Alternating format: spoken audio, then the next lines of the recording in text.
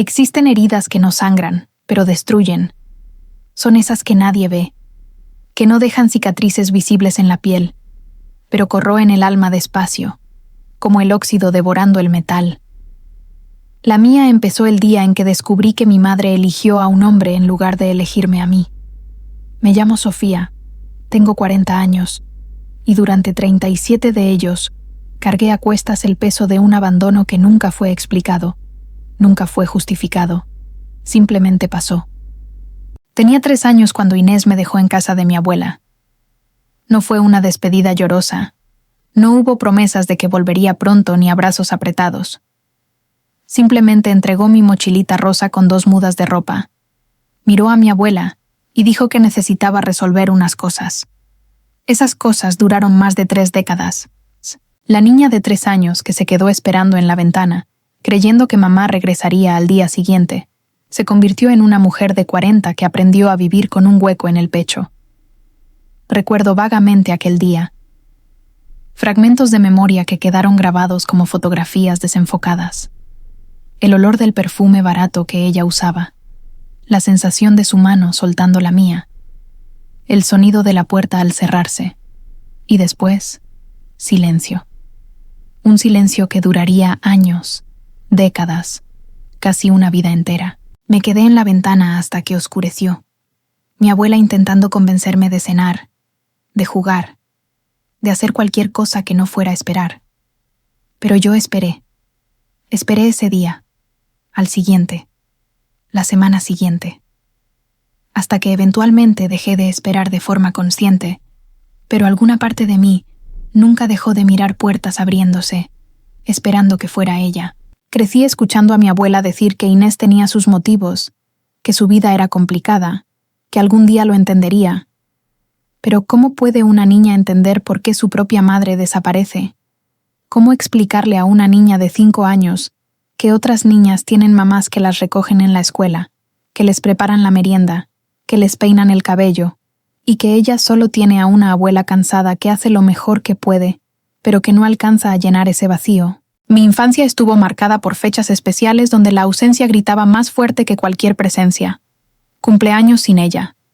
Presentaciones en la escuela donde buscaba su rostro en el público y solo encontraba el lugar vacío. Graduaciones, logros, trofeos de natación, todo compartido con quien se quedó, nunca con quien se fue. Y lo peor no era la ausencia en sí, era saber que ella existía, que estaba viva en algún lugar, tomando decisiones que no me incluían. A los 12 años recibí mi primera llamada telefónica de ella. Mi abuela contestó. Se puso pálida y me pasó el teléfono con las manos temblorosas. Del otro lado de la línea, una voz femenina, nerviosa, que se presentó como mi madre. Me preguntó cómo estaba, si me iba bien en la escuela, si estaba creciendo bonita. Fueron 5 minutos de conversación superficial, palabras vacías lanzadas al aire como quien cumple una obligación. Cuando colgué, me quedé mirando el teléfono en mis manos, tratando de entender por qué eso no me calentó el corazón, por qué no me hizo feliz. Era demasiado tarde para llamadas. Era demasiado tarde para preguntas casuales. La verdad es que Inés había construido otra vida. Se casó con un hombre llamado Roberto, tuvo 2 hijos con él, montó una casa, una rutina, una familia completa. Una familia en la que yo no cabía, donde no había espacio reservado para la hija que quedó atrás. Y yo crecí observando eso de lejos, a través de comentarios sueltos que mi abuela dejaba escapar, a través de fotos que eventualmente llegaban a mí, mostrando a una mujer sonriente junto a 2 niños que tenían lo que yo nunca tuve, su presencia. Durante años construí muros altos alrededor de mi corazón. Aprendí a no esperar nada, a no depender de nadie, a hacer de la independencia mi armadura. Me volví una mujer fuerte por necesidad, no por elección. Trabajé duro, estudié con determinación, conquisté mi espacio en el mundo corporativo. Construí una carrera sólida como gerente de proyectos, compré mi propio departamento, creé una vida que no dependía de vínculos frágiles ni de promesas rotas. Pero debajo de toda esa fuerza, existía una niña que aún lloraba bajito, que todavía se preguntaba qué había de tan malo en ella para haber sido dejada atrás. Mi abuela falleció cuando yo tenía 28 años. Fue un cáncer agresivo que se la llevó en 6 meses. Yo estuve a su lado hasta el último suspiro, sosteniendo su mano arrugada, escuchando sus últimas palabras. ¿Y sabes qué me dijo? Perdona a tu madre, Sofía. Era demasiado joven, demasiado asustada, demasiado perdida. Esas palabras quedaron resonando en mi cabeza como una campana lejana. ¿Perdonar? ¿Cómo perdonar a quien me robó la infancia? A quien me hizo creer que no era suficiente, que no merecía amor, que era desechable. En el entierro de mi abuela apareció Inés. Estaba distinta, más vieja, con hebras blancas en el cabello castaño, arrugas alrededor de los ojos. Usaba un vestido negro sencillo y cargaba una expresión de culpa mezclada con incomodidad. Se quedó al fondo de la iglesia, sin acercarse, sin intentar hablar conmigo. Solo observaba de lejos, como si no tuviera derecho a ocupar un lugar más cercano en mi dolor. Y quizá no lo tenía. Cuando nuestras miradas se cruzaron por primera vez en años, sentí algo extraño en el pecho. No era amor, no era nostalgia. Era un reconocimiento vacío, como cuando te topas con un desconocido que ya viste antes, pero que nunca conociste de verdad. Después del entierro, se acercó. Le temblaban las manos cuando tocó mi brazo, y su voz salió débil, casi un susurro. Sofía, lo siento mucho por todo. Sé que no tengo derecho a estar aquí, pero tu abuela también fue importante para mí. La miré sin expresión, sin permitir que ninguna emoción se asomara. Mi voz salió fría, controlada. Gracias por venir. Fue todo lo que pude decir antes de alejarme. No había espacio para reconciliaciones en ese momento. Solo había dolor, luto y una distancia que décadas de ausencia habían creado. En los meses siguientes, intenté seguir con mi vida. Volví a la rutina del trabajo, a las juntas interminables, a los proyectos que exigían toda mi atención y energía. Por las noches, llegaba a mi departamento vacío y silencioso. Preparaba una cena sencilla, veía alguna serie sin prestar atención y me iba a dormir. Era una vida funcional, organizada, predecible. Pero algo había cambiado después de la muerte de mi abuela. El vacío que había aprendido a manejar estaba creciendo, volviéndose insoportable. Fue entonces cuando Inés empezó a buscarme. Primero fueron mensajes tímidos al celular. Hola, Sofía. Espero que estés bien. Pienso en ti. Luego vinieron las llamadas que no contestaba, los intentos de encuentro que yo rechazaba con excusas preparadas. Estaba insistente, casi desesperada, pero yo no estaba lista. No sabía si algún día lo estaría. ¿Cómo recibir de vuelta a alguien que eligió irse? ¿Cómo abrir la puerta a quien nunca se molestó en tocar antes? 6 meses después del entierro de mi abuela, mi vida tomó un rumbo que no esperaba. Fue una tarde común de jueves, mientras revisaba hojas de cálculo en la oficina, cuando recibí una llamada de un número desconocido. Normalmente la habría ignorado, pero algo me hizo contestar. Del otro lado, una voz masculina se presentó como Carlos, esposo de Inés. Todo mi cuerpo se puso rígido en la silla. Dijo que mi madre estaba internada en el hospital, que había tenido un accidente de auto grave, que los médicos no sabían si sobreviviría. Hablaba rápido, nervioso, diciendo que ella había pedido por mí, que mi nombre fue la primera palabra que salió de su boca cuando despertó. Colgué y me quedé quieta, mirando la pantalla de la computadora sin ver nada. Mi corazón latía descompasado. Mi mente era un torbellino de emociones contradictorias. Una parte de mí quería correr al hospital, la niña de 3 años que nunca dejó de querer a su mamá. Otra parte, la mujer de 40 que había aprendido a sobrevivir sin ella, quería simplemente ignorar aquella llamada como había ignorado tantos otros intentos de contacto. Me quedé ahí, congelada entre 2 versiones de mí misma, incapaz de decidir cuál debía prevalecer. Al final fui. No porque hubiera perdonado, no porque estuviera lista para una reconciliación.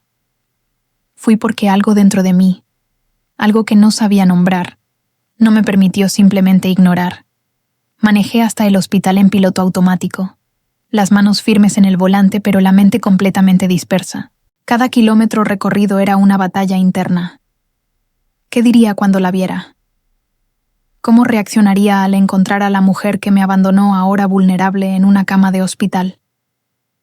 ¿De verdad me había llamado o eso era solo un pretexto para hacerme ir? Cuando llegué al cuarto, encontré a Carlos sentado en una silla junto a la cama. Era un hombre de apariencia común, cabello entrecano, rostro cansado marcado por la preocupación. Se levantó cuando me vio entrar. Me extendió la mano en un saludo formal que parecía ridículo dada la situación. «Gracias por venir», dijo. «Ella va a estar tan feliz de verte». Solo asentí con la cabeza, incapaz de formular palabras. Mis ojos estaban fijos en la figura tendida en la cama, conectada a tubos y máquinas que pitaban con un ritmo constante. Inés estaba pálida, con moretones morados por el rostro y los brazos. Tenía los ojos cerrados, la respiración débil pero estable. La mujer que un día fue mi madre ahora se veía tan frágil, tan humana, tan mortal. Me acerqué despacio a la cama, cada paso pesando toneladas. Cuando estuve a su lado, sus ojos se abrieron lentamente. Le tomó unos segundos enfocarme, reconocerme. Cuando lo hizo, lágrimas empezaron a correr silenciosas por su rostro. «Sofía», susurró con voz ronca, casi inaudible. «Viniste». Me quedé ahí parada, mirándola sin saber qué hacer, qué decir. 37 años de ausencia no se resuelven con un encuentro en un cuarto de hospital. No se curan con lágrimas ni con palabras en susurros. Pero había algo en ese momento, algo en su vulnerabilidad, en la fragilidad de la situación, que resquebrajaba levemente la armadura que yo había construido a lo largo de los años. «Vine», fue todo lo que pude responder. Mi voz salió más dura de lo que pretendía, pero era lo máximo que podía ofrecer en ese momento. Carlos salió del cuarto discretamente, dejándonos a solas. El silencio que se instaló era denso, cargado de décadas de palabras no dichas, de rencores acumulados, de preguntas sin respuesta. Inés intentó levantar la mano, como si quisiera tocar la mía, pero la dejó caer de nuevo, demasiado débil para completar el gesto. «Sofía, necesito pedirte perdón», comenzó. Su voz era débil, entrecortada, pero decidida. «Sé que no tengo derecho. Sé que nada de lo que diga va a borrar lo que hice, pero tienes que saber que no pasó un solo día sin que pensara en ti». Crucé los brazos. Todo mi lenguaje corporal era una defensa. «Pensar no es suficiente, Inés», respondí, usando su nombre a propósito, negándome a llamarla mamá. Pensar no alimentó a una niña. Pensar no consoló a una niña que lloraba cada noche preguntando dónde estaba su madre. Pensar no se presentó en las funciones de la escuela, en los cumpleaños, en las graduaciones. Los pensamientos son baratos. La presencia es lo que tenía valor, y tú nunca estuviste. Cerró los ojos, nuevas lágrimas escapando por debajo de los párpados. «Lo sé», susurró. «Lo sé, y voy a cargar con esa culpa hasta el día de mi muerte. Pero mereces saber la verdad, Sofía. Mereces entender por qué hice lo que hice. Yo no estaba lista para ser madre. Tenía 20 años cuando naciste, era inmadura, estaba asustada, completamente perdida. Tu padre me abandonó cuando se enteró del embarazo. Mi familia me rechazó. Estaba sola, sin dinero, sin estructura. Cuando naciste, miré a ese bebé diminuto y entré en pánico. No sabía cómo cuidarte. No tenía condiciones para darte nada». Escuché esas palabras con una mezcla de rabia y algo peligrosamente cercano a la comprensión. «Entonces me dejaste con la abuela porque te convenía, porque era más fácil que asumir la responsabilidad», resumí con amargura. «No», respondió de inmediato, abriendo los ojos para mirarme. «Te dejé con ella porque sabía que te daría lo que yo no podía. Amor, estabilidad, seguridad. Me estaba ahogando, Sofía. ahogando en depresión, en miedo, en insuficiencia. Pensé que estaba haciendo lo mejor para ti.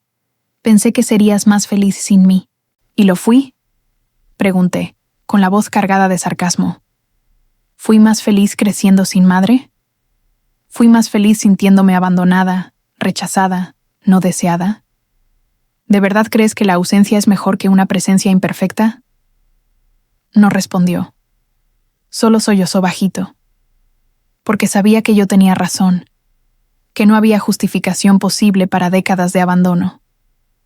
El silencio volvió a instalarse entre nosotras, pesado y sofocante. Me quedé ahí unos 20 minutos más, observando mientras se dormía de nuevo, exhausta por la conversación y los medicamentos. Al salir del cuarto, encontré a Carlos esperando en el pasillo. Se levantó de inmediato, con ojos esperanzados. Gracias por quedarte, por hablar con ella. Significa mucho. No respondí. Solo caminé hacia el elevador, cada paso alejándome de ese lugar, de esas emociones en conflicto que amenazaban con tragarme. De camino a casa, mi mente no paraba. Las palabras de Inés resonaban una y otra vez. ¿De verdad pensó que hacía lo mejor? ¿Hubo amor detrás del abandono, solo que distorsionado por el miedo y la inmadurez? ¿O eran excusas elaboradas para justificar decisiones egoístas? No tenía respuestas, solo más preguntas apilándose sobre décadas de interrogantes sin solución. En los días siguientes, Carlos siguió informándome del estado de Inés.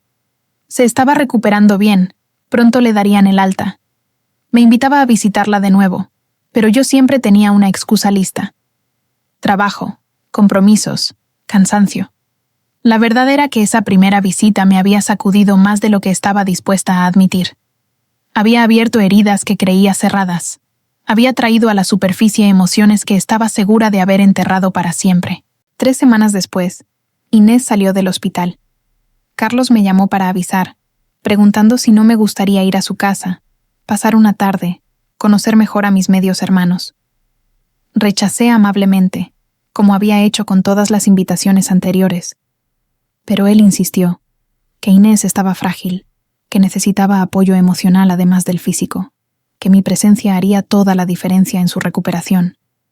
Puse una excusa cualquiera y colgué, sintiendo un peso familiar instalándose en el pecho. Lo que Carlos no sabía, lo que nadie sabía, era que cada vez que hablaban de familia, de unión, de segundas oportunidades, algo dentro de mí se rompía un poco más.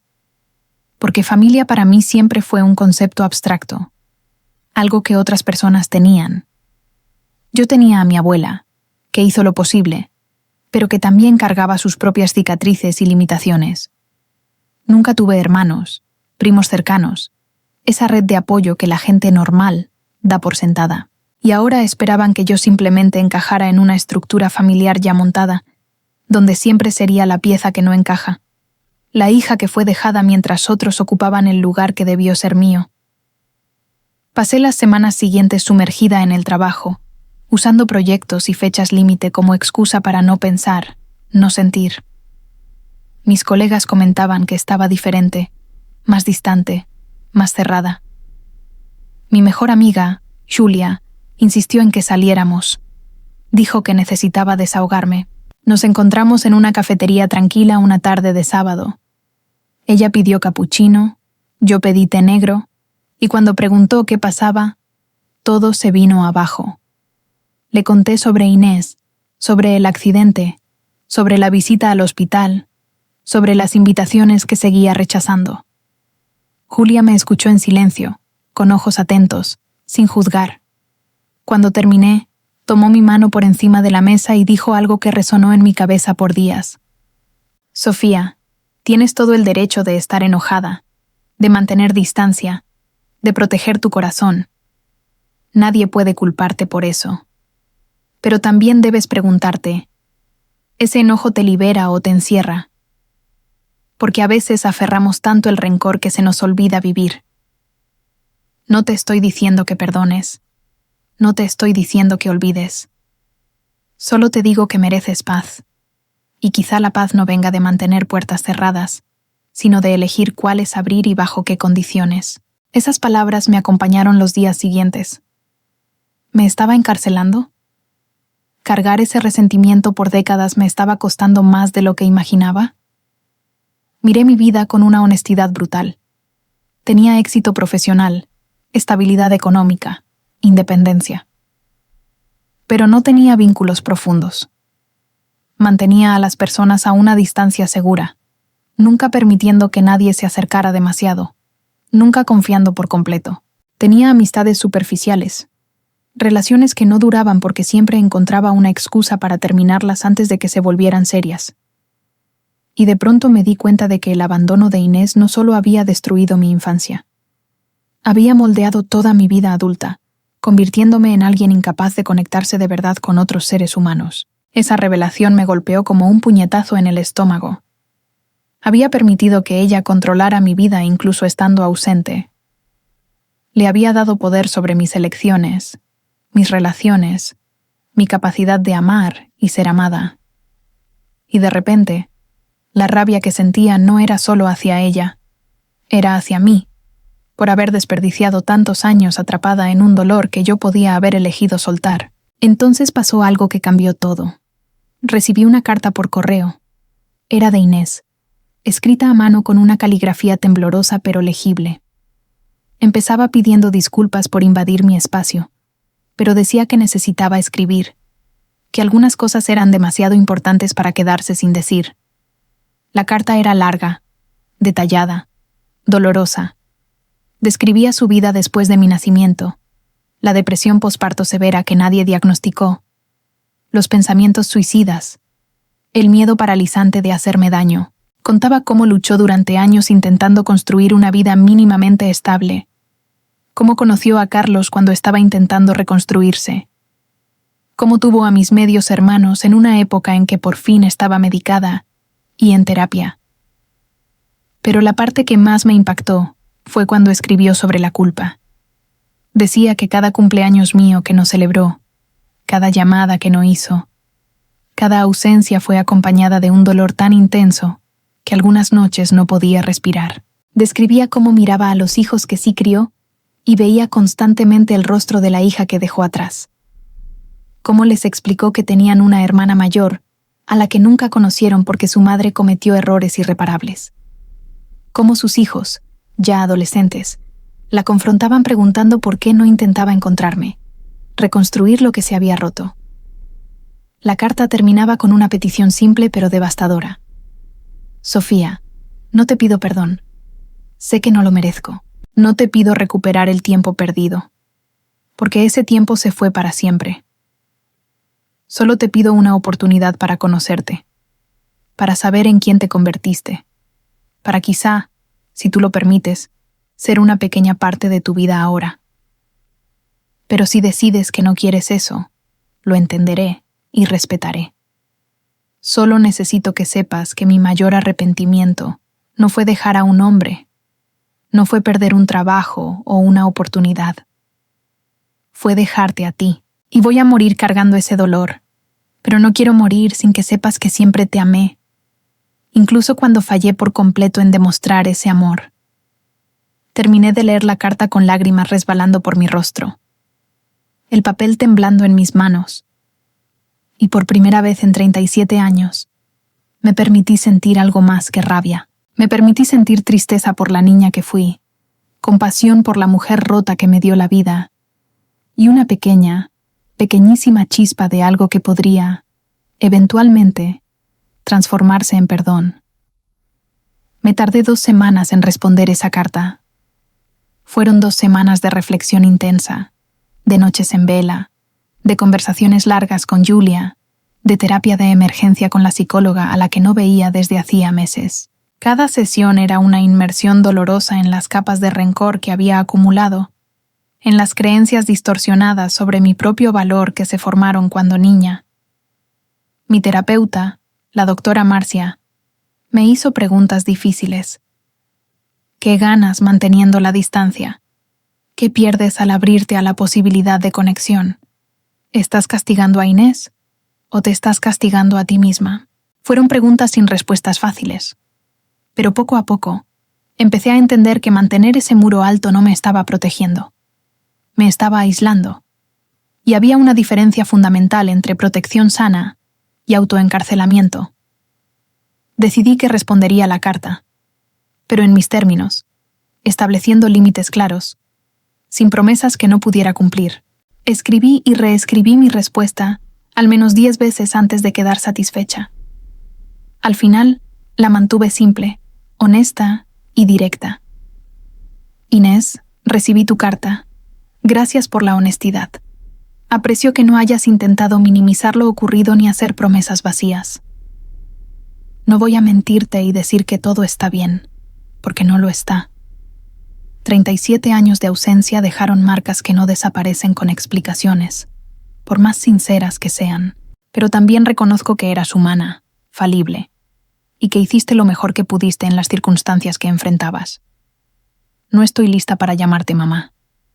Quizá nunca lo esté, pero estoy dispuesta a conocerte como Inés, la persona, y ver si podemos construir algún tipo de relación a partir de aquí, sin expectativas, sin presiones, solo dos mujeres tratando de entenderse.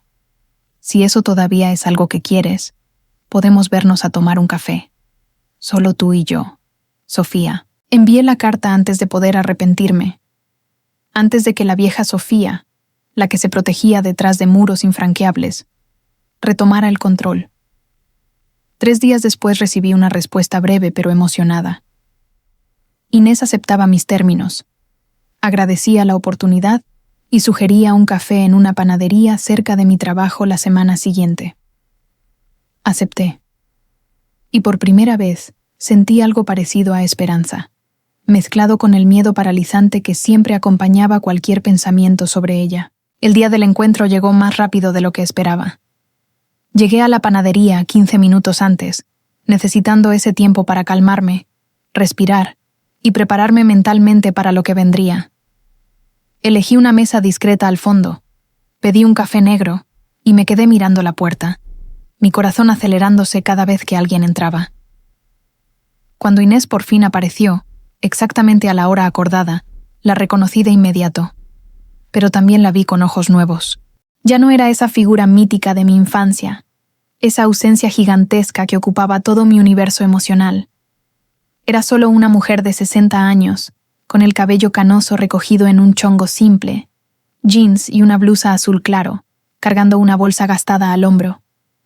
Se veía nerviosa, con las manos apretando la tira de la bolsa, los ojos buscando hasta encontrarme.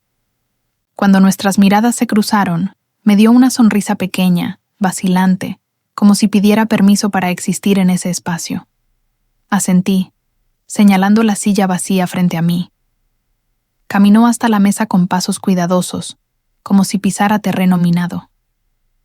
Sofía, saludó al sentarse. Gracias por venir, por darme esta oportunidad. Su voz era suave, pero pude oír el temblor debajo de las palabras. Yo solo asentí, dando un sorbo a mi café, dándome tiempo para ordenar mis pensamientos. Los primeros minutos fueron incómodos. Pequeñas conversaciones sobre el clima, el tráfico, la calidad del café. Asuntos superficiales que solo servían para llenar el silencio tenso entre nosotras. Pero eventualmente, respiró hondo y dijo: Sofía, no sé por dónde empezar. Hay tantas cosas que quisiera decir, tantas disculpas que debí pedir hace décadas. Pero más que eso, me gustaría conocerte. ¿Quién eres? ¿Qué te gusta? ¿Qué te hace feliz? Porque me perdí todo eso. Me perdí tu infancia, tu adolescencia, los años formativos que convierten a una niña en adulta. Y esa es una pérdida que nunca podré recuperar. La miré, a esa mujer que genéticamente era mi madre, pero que, en esencia, era una desconocida, y tomé una decisión. Si íbamos a hacer eso, tenía que haber una honestidad brutal. Sin filtros, sin intentos de suavizar verdades dolorosas. Inés, empecé. Voy a ser directa porque mentiras o medias verdades no nos van a llevar a ningún lado. Tienes razón. Te lo perdiste todo. Y esa pérdida no es solo tuya. Es mía también. Yo me perdí tener una madre en mis graduaciones, en los momentos difíciles, en los logros. Me perdí poder llamar a alguien cuando me rompieron el corazón por primera vez. Me perdí tener una referencia femenina que me enseñara sobre ser mujer, sobre navegar el mundo. Y lo más importante, perdí la creencia de que era digna de amor incondicional. Porque si mi propia madre me abandonó, entonces claramente había algo mal en mí. Empalideció con mis palabras, con los ojos llenándose de lágrimas.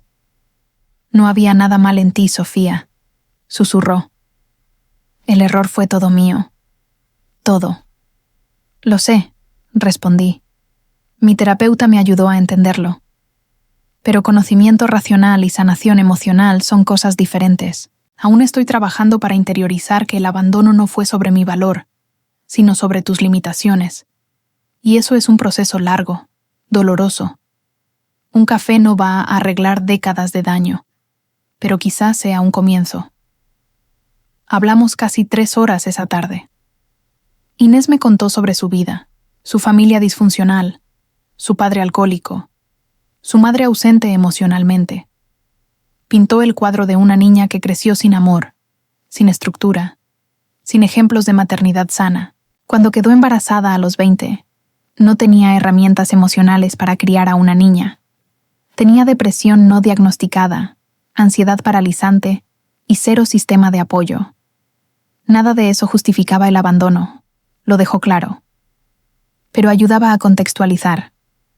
Yo, por mi parte, le conté sobre mi vida, sobre crecer con mi abuela, sobre volverme independiente por necesidad, sobre construir una carrera sólida pero una vida emocional vacía. Hablé de mis relaciones fallidas, de mi incapacidad de confiar, de mis muros altos que mantenían a todos a una distancia segura.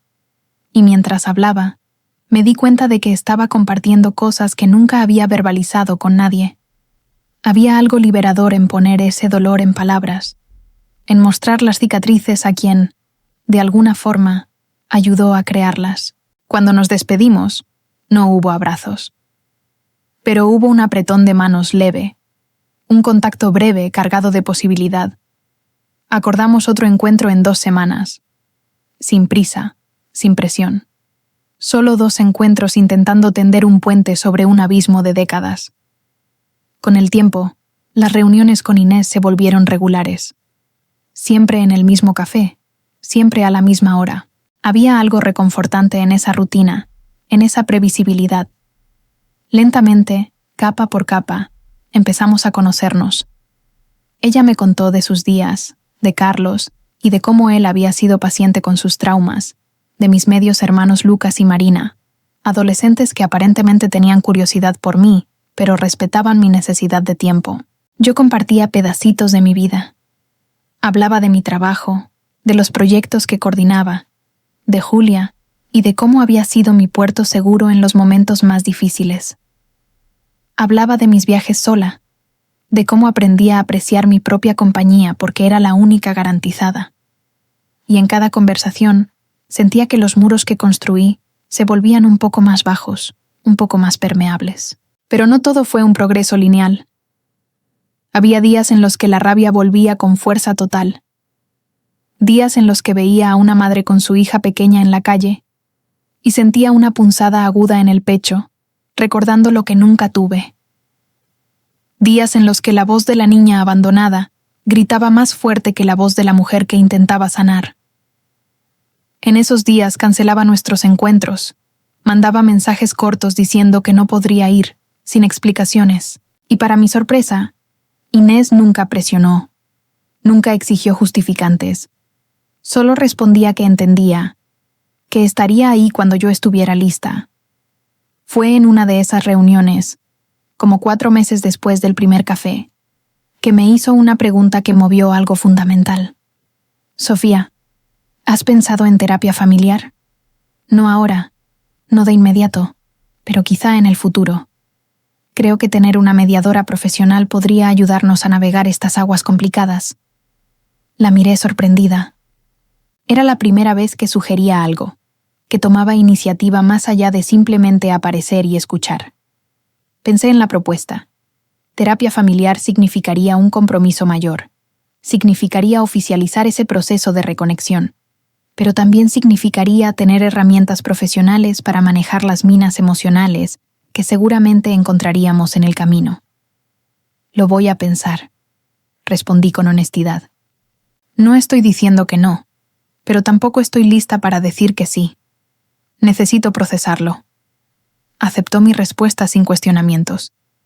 Y en ese momento me di cuenta de algo importante. Estaba diferente a las memorias fragmentadas que yo tenía. Esa Inés era más madura, más consciente, más respetuosa de mis límites. Quizá la gente sí puede cambiar. Quizá décadas y terapia pueden transformar a alguien. No borraba el pasado, pero creaba la posibilidad de un futuro distinto. Hablé de la sugerencia con la doctora Marcia en la sesión siguiente. Le pareció una excelente idea. Dijo que la terapia familiar podía acelerar el proceso de sanación, crear un espacio seguro para conversaciones difíciles que necesitábamos tener. Agendamos una primera sesión de prueba. Seríamos Inés, yo y una terapeuta especializada en dinámicas familiares complejas. Carlos y mis medios hermanos se quedarían fuera por ahora. Primero debíamos resolver lo que existía entre nosotras antes de expandirnos a la dinámica familiar más amplia. La primera sesión fue intensa. La terapeuta, la doctora Helena, era una mujer de unos 50 años, con presencia calmada pero firme. Empezó estableciendo reglas. Cada una tendría espacio para hablar sin interrupciones.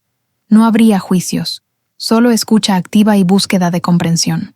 El objetivo no era decidir quién tenía la razón, sino entender perspectivas y encontrar un camino hacia una convivencia saludable. Me pidió que comenzara hablando de cómo me afectó el abandono. Y ahí, en esa sala neutra y segura, con la terapeuta mediando e Inés escuchando sin defenderse, solté décadas de dolor acumulado. Hablé de cada cumpleaños sin una llamada, de cada graduación sin presencia materna, de cada noche llorando y preguntándome qué había de malo en mí. Hablé de cómo eso moldeó mis relaciones adultas, de cómo me volví incapaz de confiar, de cómo mantenía a todos lejos porque, si mi propia madre me dejó, cualquiera podría hacerlo.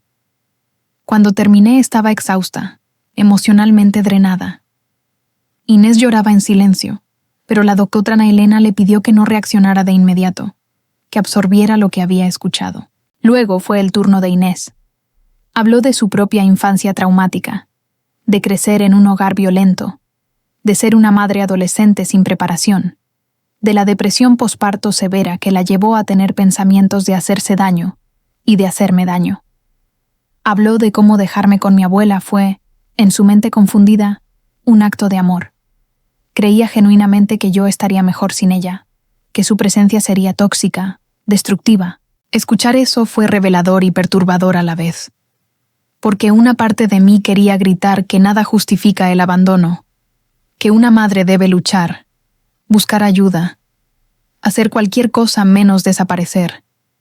Pero otra parte, la que estaba intentando sanar, reconocía que la enfermedad mental es real, que la gente rota toma decisiones rotas, que no todo es blanco y negro.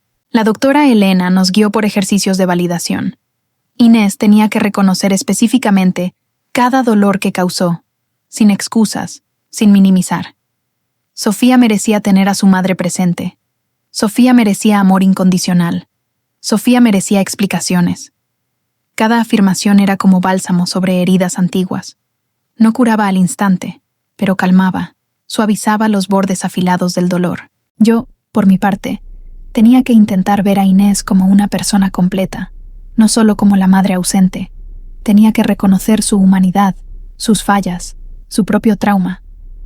Fue de los ejercicios más difíciles que he hecho, porque era mucho más fácil mantenerla como una villana unidimensional que aceptar que era una persona compleja, que cometió un error terrible desde un lugar de dolor y enfermedad. Salimos de esa sesión exhaustas, pero, de alguna manera, más ligeras. Algo había cambiado. No era perdón completo, no era una reconciliación mágica, pero era el inicio de una comprensión mutua. Y por primera vez sentí que quizá, solo quizá, podríamos construir algo nuevo sobre las ruinas de lo que nunca fue. Los meses siguientes fueron de crecimiento lento pero constante. Seguimos con la terapia familiar mensual, mientras manteníamos nuestros cafés quincenales. Gradualmente, las conversaciones se volvieron más profundas, más íntimas. Inés me habló de los años luchando contra la depresión, de las veces que quiso buscarme pero se convenció de que ya había causado demasiado daño, de que mi vida sería mejor sin su interferencia. Compartió cartas que me escribió a lo largo de los años y que nunca envió, páginas y páginas de pensamientos, disculpas, actualizaciones sobre su vida. Leer esas cartas fue una experiencia surreal. Era como asomarme por una ventana a una vida paralela, una donde Inés me acompañó de lejos, aún ausente. Había una carta de mi 10º cumpleaños, donde describía cómo imaginó que sería mi fiesta, si me habrían regalado la bicicleta con la que soñaba. Otra de mi graduación de la prepa, donde se preguntaba qué carrera elegiría, si seguiría inclinaciones artísticas o tomaría un camino totalmente distinto. Cada carta era un testimonio de una ausencia presente, de un amor distorsionado por la culpa y la vergüenza. En una de nuestras sesiones, la doctora Elena sugirió que conociera a Carlos y a mis medios hermanos. Han construido una base aquí, dijo. Pero, Sofía, tienes una familia extendida que quiere conocerte. Y parte de tu proceso de sanación puede implicar permitir que se formen relaciones nuevas, no solo arreglar la antigua. La sugerencia me llenó de ansiedad. Conocer a Carlos significaba enfrentar al hombre que tuvo la versión de Inés que yo nunca tuve. La Inés madre presente, la Inés que se quedó. Conocer a Lucas y a Marina significaba encontrar a los hermanos que crecieron con lo que a mí me fue negado. Inés notó mi vacilación de inmediato. No tiene que ser ahora, Sofía, dijo con suavidad. Solo cuando y si tú estás lista. Ellos saben de ti, saben que nos estamos reconectando. Tienen curiosidad, pero también respeto. Sobre todo Marina. Tiene 17 y siempre ha querido conocer a su hermana mayor. Eso tocó algo en mí. Una hermana menor que quería conocerme. ¿Podríamos tener una relación? ¿Sería justo negársela por rencores que no tenían nada que ver con ella? Me tomó 3 semanas más decidir. Finalmente acepté una cena informal en casa de Inés. Solo una vez, sin compromisos futuros, solo para conocer. Inés se emocionó visiblemente cuando acepté. Organizó la cena para un sábado por la noche, prometiendo que sería casual, sin presión, que yo podría irme cuando quisiera. El sábado llegó, y yo estaba nerviosa como no lo había estado en años. Cambié de ropa 3 veces antes de decidirme por unos jeans y una blusa sencilla. Nada muy formal, nada que pareciera que estaba intentando demasiado. Manejé hasta la dirección que me envió Inés, una casa modesta en un barrio tranquilo del sur de la ciudad. Al estacionar enfrente, me quedé unos minutos en el coche, respirando hondo, preparándome mentalmente. Inés abrió la puerta antes de que tocara el timbre, como si hubiera estado esperando en la ventana. Sonrió, una sonrisa genuina que llegó a los ojos. Sofía, qué bueno que viniste. Pasa, por favor. La casa era acogedora, con decoración sencilla pero llena de vida. Fotos en las paredes, plantas en las ventanas, olor a comida casera viniendo de la cocina. Era exactamente el tipo de hogar que solía imaginar de niña, el hogar que nunca tuve. Carlos salió de la cocina, secándose las manos en un mandil. Era más bajo de lo que imaginé, con una barriga prominente y un rostro amable. Sofía, por fin, dijo, extendiendo la mano. Inés habla tanto de ti. Es un gusto conocerte. Su apretón de mano era firme, pero no intimidante. Había cordialidad genuina en sus ojos. Gracias por recibirme, respondí, con la voz más formal de lo que pretendía. Entonces escuché pasos en la escalera.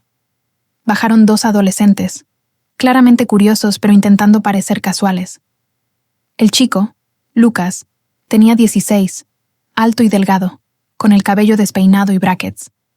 La chica, Marina, era más baja, con el cabello largo en una coleta y ojos atentos que me evaluaban con evidente interés. «Hola», dijo Lucas saludando con torpeza. «¿Eres nuestra hermana?» La pregunta directa me agarró desprevenida.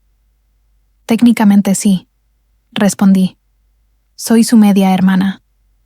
Marina dio un paso al frente, más segura que su hermano.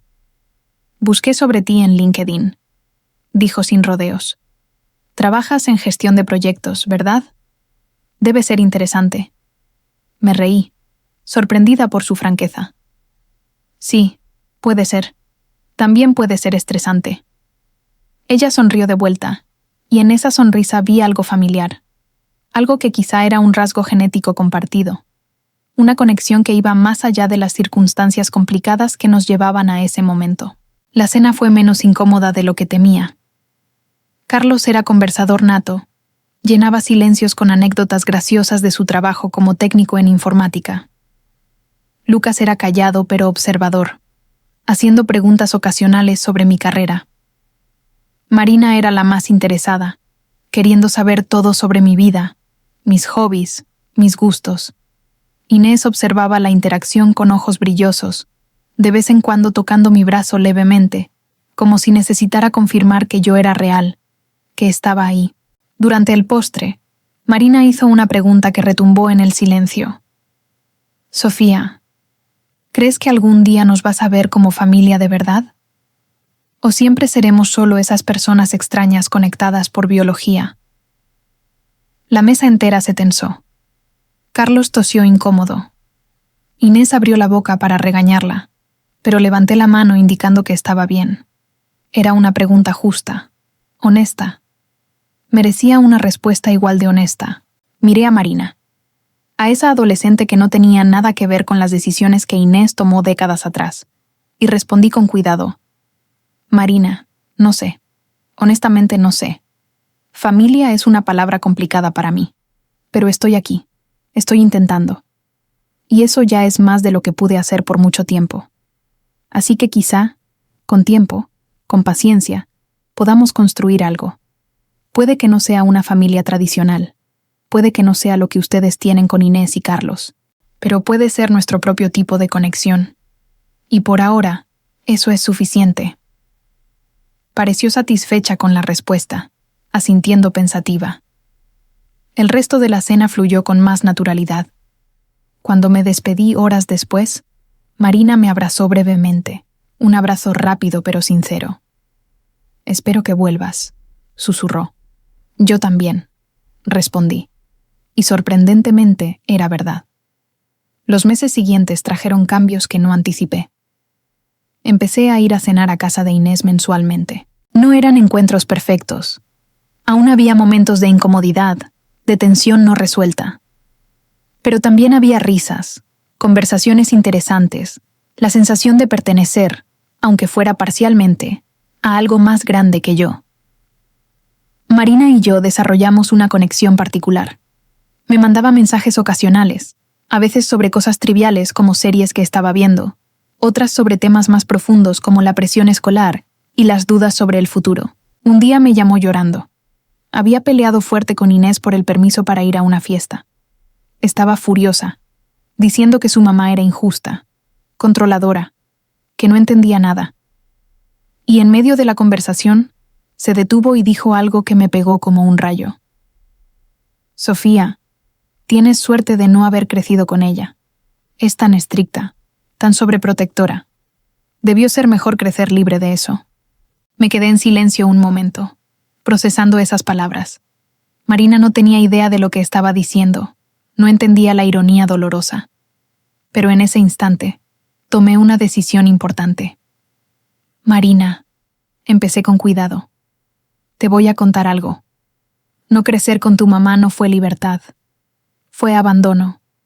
Y fue de las cosas más dolorosas que he vivido. Sé que ahorita estás enojada, que te parece la peor persona del mundo porque no te dejó hacer lo que querías. Pero, ¿sabes qué daría por haber tenido una mamá sobreprotectora? Una mamá que se preocupara lo suficiente como para poner límites, para cuidar mi seguridad. Tú tienes eso. Tienes a alguien que te ama tanto que prefiere que la odies un rato a ponerte en riesgo. Escuché a Marina sollozar del otro lado. Perdón, Sofía, no pensé. Fui insensible. No, respondí con suavidad. No sabías, pero ahora ya sabes. Y la próxima vez que tu mamá parezca chata, Intenta recordar que eso viene del amor, no del control. Y si necesitas desahogarte, puedes llamarme. Pero no esperes que te diga que ella es terrible, porque yo vi el otro lado. Vi lo que es no tenerla. Y créeme, tenerla es mejor. Esa conversación marcó un punto de inflexión, porque por primera vez defendí a Inés. Por primera vez, reconocí públicamente que lo que ella ofrecía ahora, aunque imperfecto, tenía valor. No borraba el pasado, pero creaba un presente distinto. Y quizá, solo quizá, yo estaba empezando a perdonar. El perdón no llegó como un momento dramático único. No hubo una charla donde declarara solemnemente que perdonaba décadas de abandono. Llegó en olas pequeñas, en momentos inesperados. Llegó cuando Inés me llamó para felicitarme por una promoción en el trabajo, con la voz llena de orgullo genuino. Llegó cuando apareció en el hospital después de que tuve un choque menor, con el rostro pálido de preocupación. Llegó cuando encontré en el correo un paquete suyo con un libro que mencioné semanas antes, mostrando que ponía atención, que le importaba. Llegó especialmente una tarde específica, casi un año después de nuestro primer café. Estábamos sentadas en su sala, tomando té, cuando me mostró una caja vieja. Dentro había fotos mías de bebé y de niña pequeña. Fotos que mi abuela debió haberle enviado a lo largo de los años. También había objetos pequeños. Mi primer zapatito, un mechón de mi cabello del primer corte, dibujos que hice en el kinder. Sofía, dijo con la voz entrecortada, guardé todo esto, aunque no estaba presente. Guardaba pedacitos de ti. No espero que esto cambie nada, pero quiero que sepas que siempre estuviste en mi corazón, incluso cuando fallé en estar en tu vida. Miré esos objetos, ese pequeño altar improvisado de una maternidad vivida a través de reliquias, y algo dentro de mí se rompió de forma definitiva. Las lágrimas llegaron sin aviso, décadas de dolor finalmente encontrando salida. Lloré por la niña que fui, por la mujer que soy, por la madre que no tuve pero que estaba intentando ser algo ahora. E Inés lloró conmigo y, por primera vez, me permití abrazarla. Fue un abrazo extraño, torpe, cargado de años de distancia. Pero también fue un abrazo real, humano, conectando a dos personas que por fin estaban intentando encontrarse a través del abismo que las separaba. Hoy, 2 años después de aquel primer café, mi vida se ve diferente de formas que nunca imaginé. Inés no es mi madre en el sentido tradicional. Nunca lo será. No puede recuperar décadas perdidas. No puede reparar a la niña que fui. Pero es alguien importante en mi vida. Es amiga, confidente, una conexión familiar que elijo mantener. Hablamos por teléfono cada semana. Cenamos juntas cada 15 días.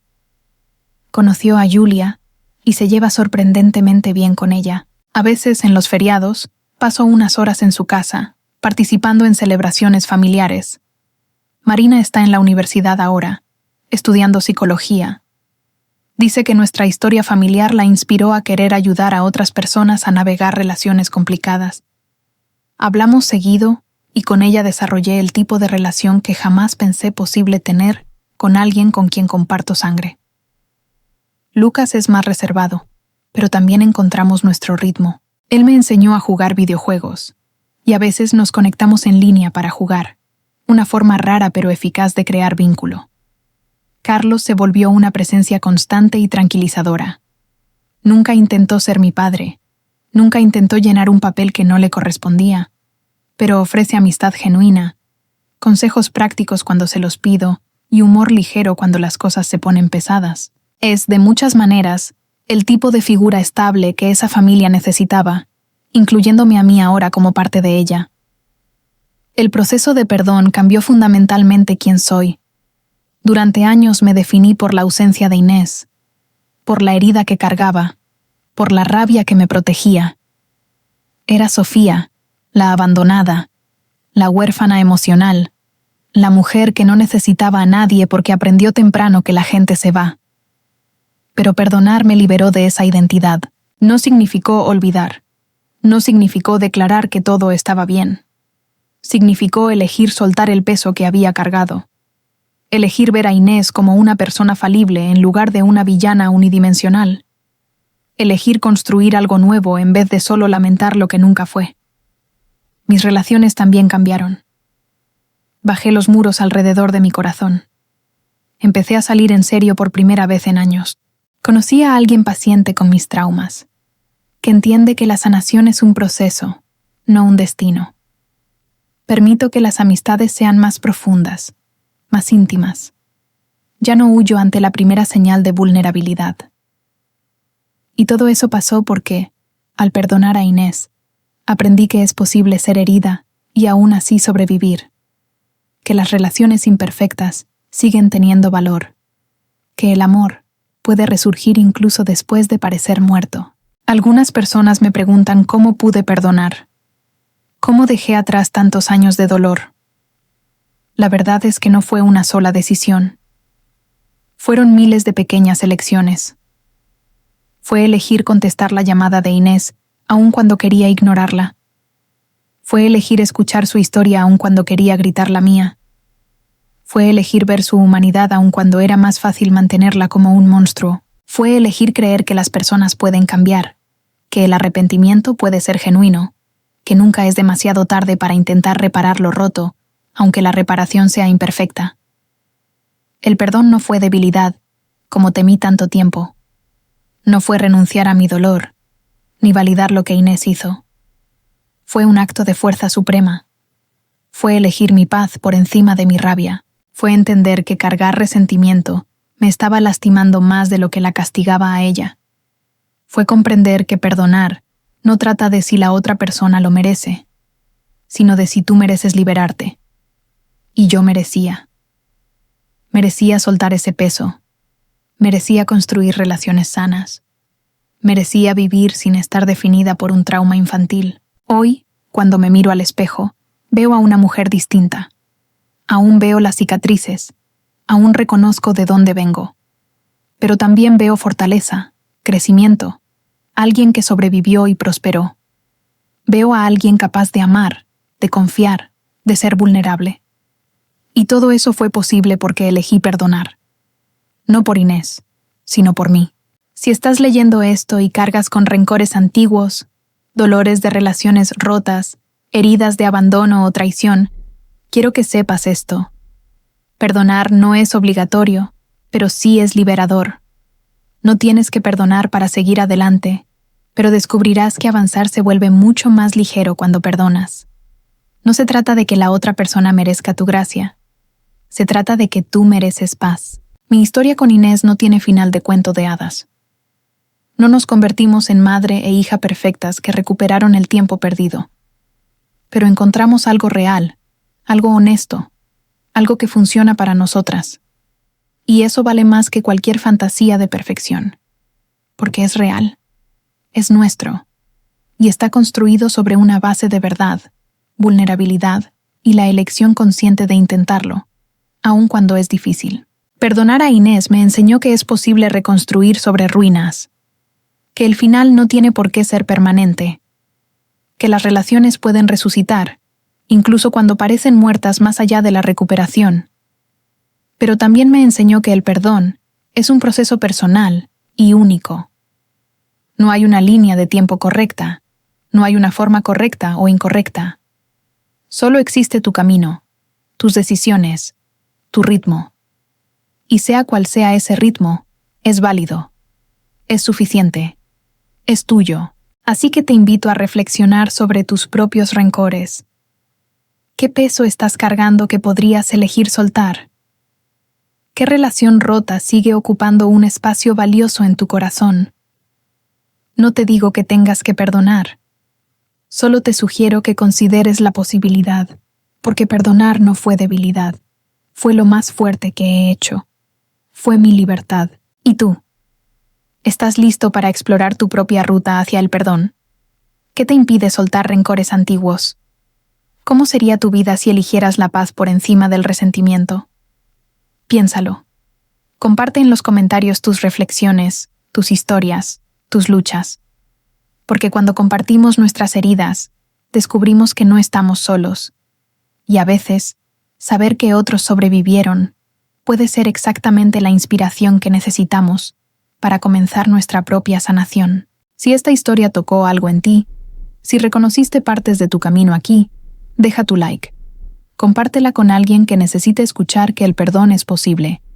Y suscríbete al canal, porque aquí compartimos historias reales de personas reales navegando los retos complejos de ser humano. Activa las notificaciones para no perder las próximas historias, porque tu camino importa, tu sanación importa, y juntos podemos aprender que, incluso de las heridas más profundas, es posible volver a florecer. Perdonar no fue debilidad, fue libertad, y la libertad es el mayor regalo que puedes darte a ti mismo.